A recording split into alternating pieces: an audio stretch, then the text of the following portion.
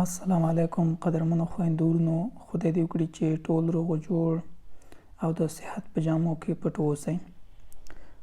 قدرمنو خویندو ورونو، نننۍ موضوع مې تاسې ته د هغه لغتونو په باره کې چمتو کړې ده چې هغه لغتونه په مکتب کې یا په ښوونځي کې کاریږي یا موږ ترې استفاده کوو.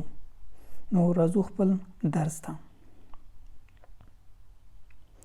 قدرمنو خویندو ورونو، موږ سره لیکل شوي دي چې شوله په بهرنۍ برخه کې موږ سره لیکل شوي دي شوله یعنی ښوونځی یا مکتب. بیا موږ سره لاندې لیکل شوي دي خویندو ورونو ich möchte Deutsch lernen. Ich möchte Deutsch lernen. زه غواړم الماني زده کړم. Wo gibt es einen Deutschkurs?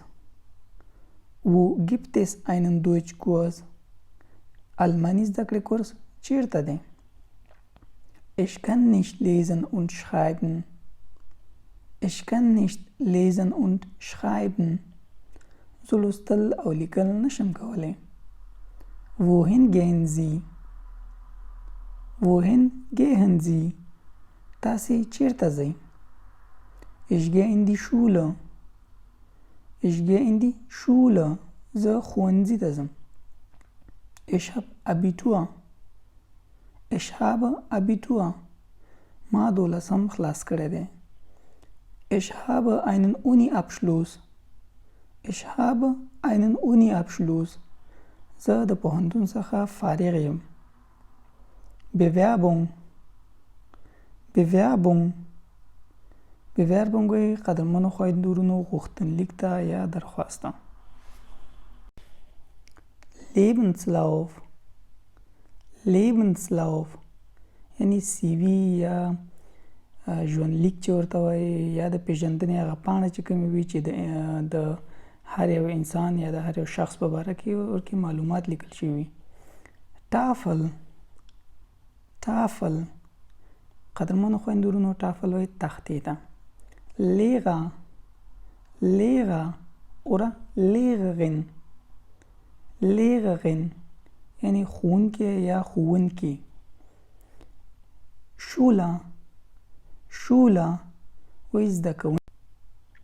Schüler وایي قدرمنو خویندو ورونو زده کوونکي ته. Kreide. Kreide. Kreide وایي تباشیر ته. Buch. Buch یعنی کتاب. Heft. Heft یا کتابچه. Stift. Stift یعنی قلم. Bleistift. Bleistift یعنی پنسل. Dreieck. Dreieck یا مثلث. Beamer. Beamer. Beamer وایي قدرمنو خویندو ورونو پروجیکټور ته. Anspitzer. Anspitzer یا پنسل تراش. Zirkel. Zirkel یا دایره. Zeugnis.